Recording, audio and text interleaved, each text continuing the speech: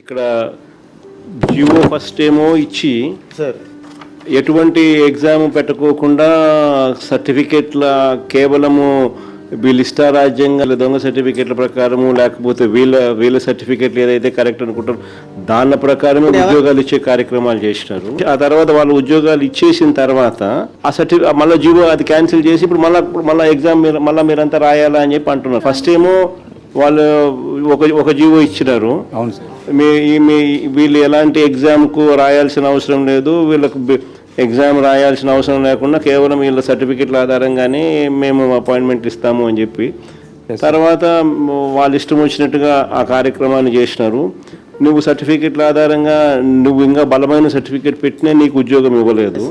కానీ వాళ్ళు ఇష్టం వచ్చినట్టుగా వాళ్ళు చేసుకున్న తర్వాత మళ్ళీ వెంటనే మళ్ళీ ఇంకో జీవో మళ్ళీ మార్పు చేసేసి ఇప్పుడు మళ్ళీ మీకు కూడా ఎగ్జామ్ మళ్ళీ దీనికి కూడా ఎగ్జామ్ రాస్తేనే ఎగ్జామ్ పాస్ అయితేనే అని మళ్ళీ తీసుకొచ్చినారు.